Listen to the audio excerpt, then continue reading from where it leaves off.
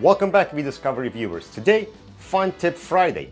We have an iPhone cable that's been damaged over time. It's old.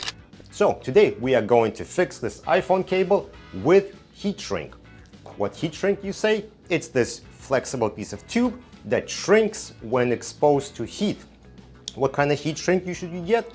This is a marine grade heat shrink that contains glue on the inside. Only get this one, not the regular heat shrink. We'll put some links in the video description.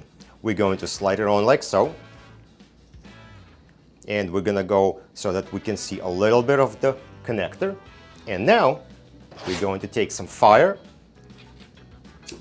and we're going to gently turn and expose it to fire and let it heat up a little bit. Don't rush this process. It's going to take a little bit. You don't want to burn anything or catch on fire. If it gets a little soggy, that's okay. And as you see, the heat shrink is starting to shrink around the wire and it's taking the shape of the wire.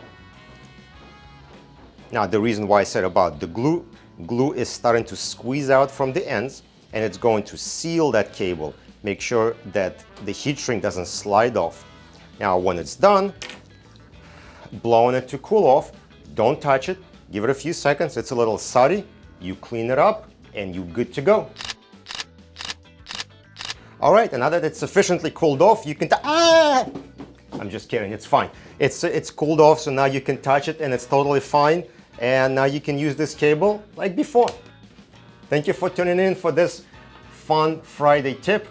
Don't forget to follow us on social media networks listed on your screen. And for previous videos, check us out on YouTube.